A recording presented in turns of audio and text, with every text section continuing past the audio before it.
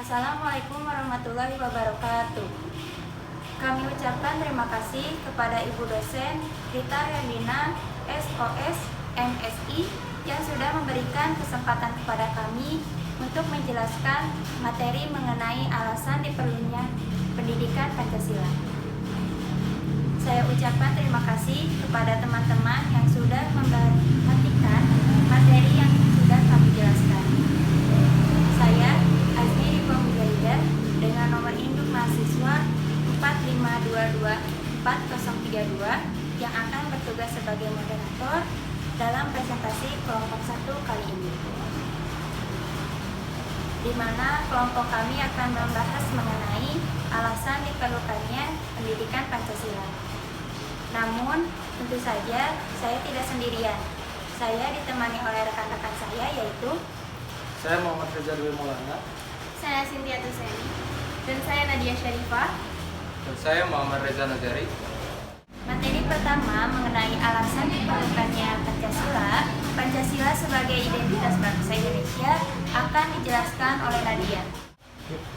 Saya Nadia Syarifah ingin memaparkan materi mengenai alasan diperlukannya Pancasila.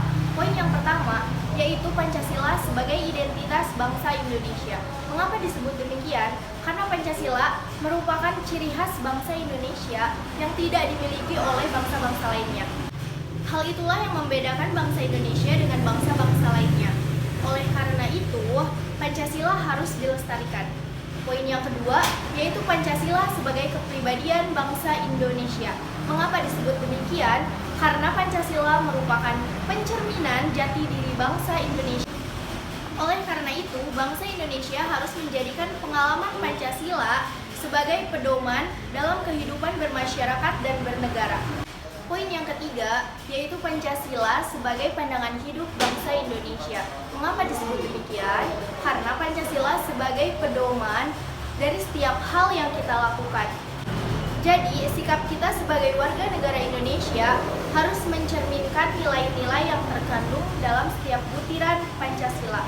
Poin yang keempat yaitu Pancasila sebagai jiwa bangsa. Mengapa disebut demikian? Karena Pancasila berperan sebagai nyawa, sumber, pandangan hidup, ideologi bangsa, bahkan ciri khas bangsa Indonesia, di mana Pancasila itu didapat seiringan dengan sejarah bangsa Indonesia itu sendiri, sehingga mampu membedakan antara ciri khas bangsa Indonesia dengan bangsa-bangsa lainnya.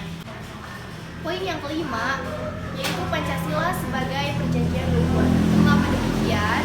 Karena makna Pancasila sebagai perjanjian luhur bangsa Indonesia adalah Pancasila merupakan hasil akhir bagi bangsa Indonesia yang harus diamalkan dan dilestarikan oleh seluruh rakyat Indonesia.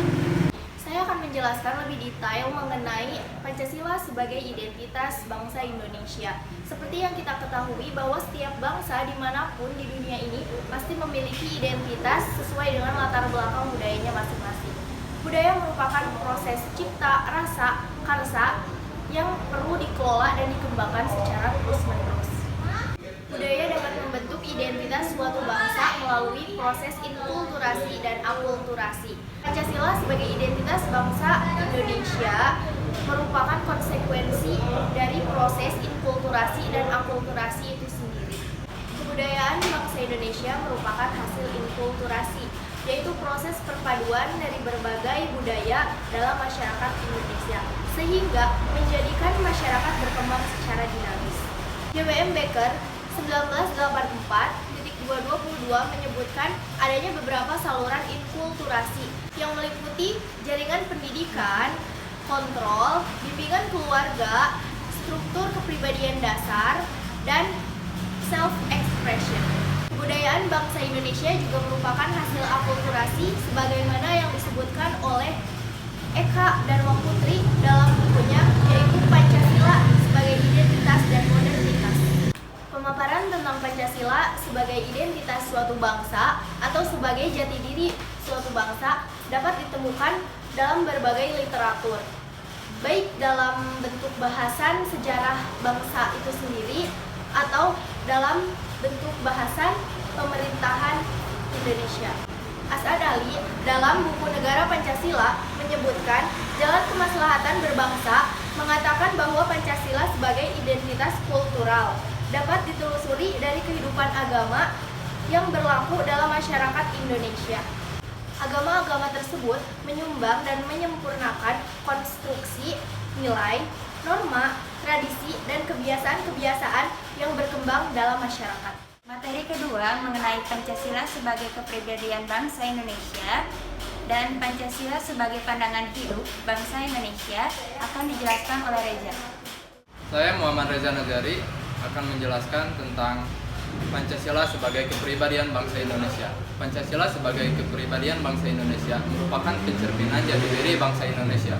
Pancasila sebagai kepribadian bangsa Indonesia juga adalah jiwa bangsa bagi seluruh rakyat Indonesia yang memberikan kehidupan bangsa Indonesia serta membimbing masyarakat Indonesia agar tercapai masyarakat yang adil, makmur, dan berkedaulatan rakyat dalam suasana kehidupan bangsa yang aman, tertib, dan juga dinamis. Di Indonesia, kelima sila tersebut mencerminkan kepribadian bangsa karena diangkat dari nilai-nilai kehidupan bermasyarakat dan dilaksanakan secara simultan.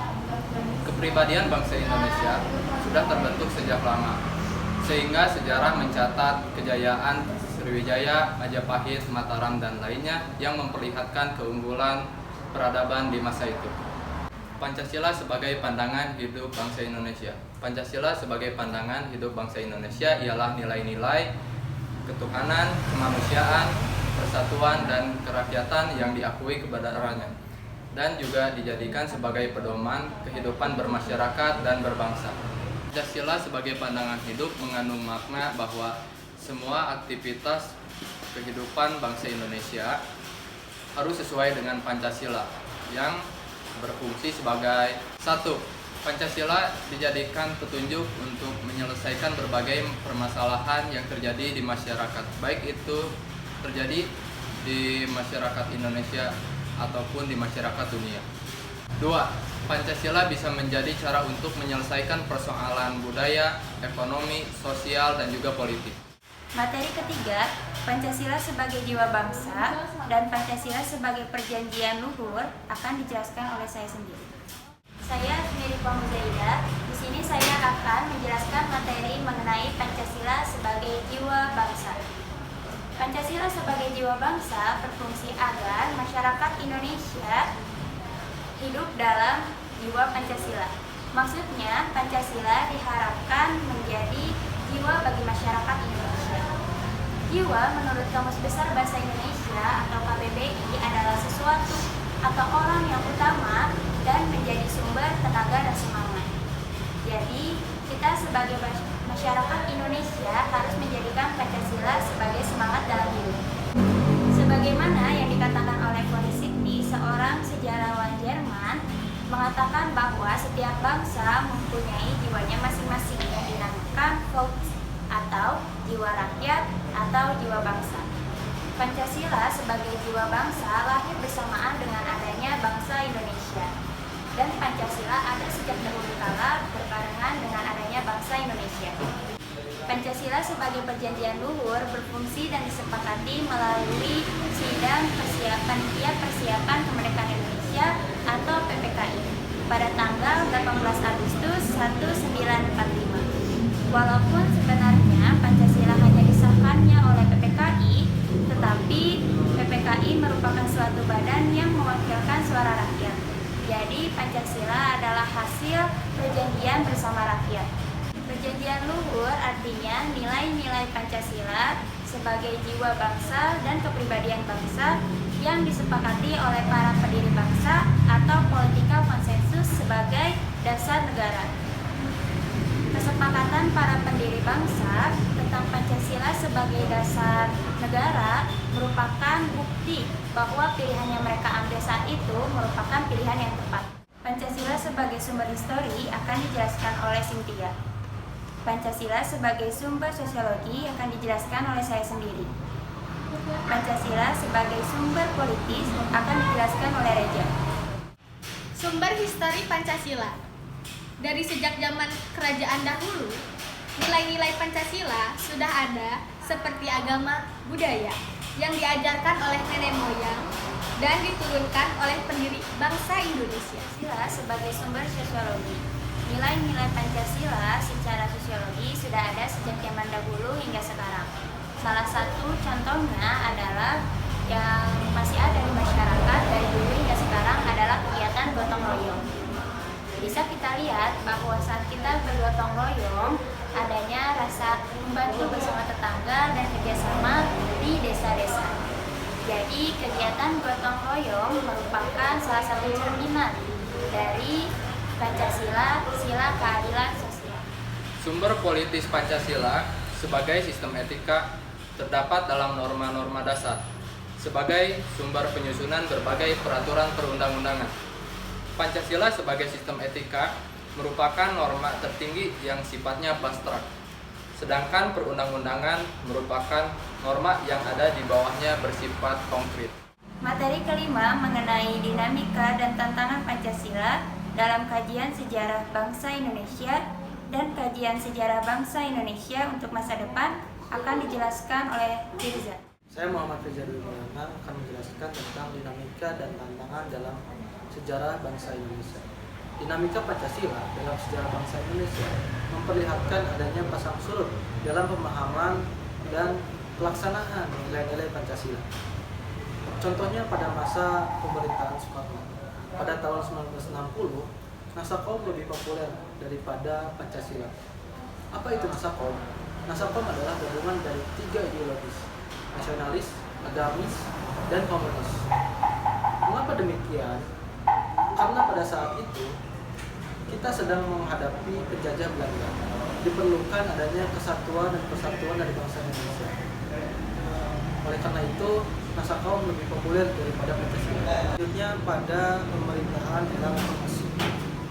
Ada kecenderungan para penguasa tidak respect pada Pancasila, seolah-olah ditinggalkan oleh para penguasa pada masa itu. Selanjutnya, tantangan terhadap Pancasila dalam kehidupan berbangsa dan bernegara.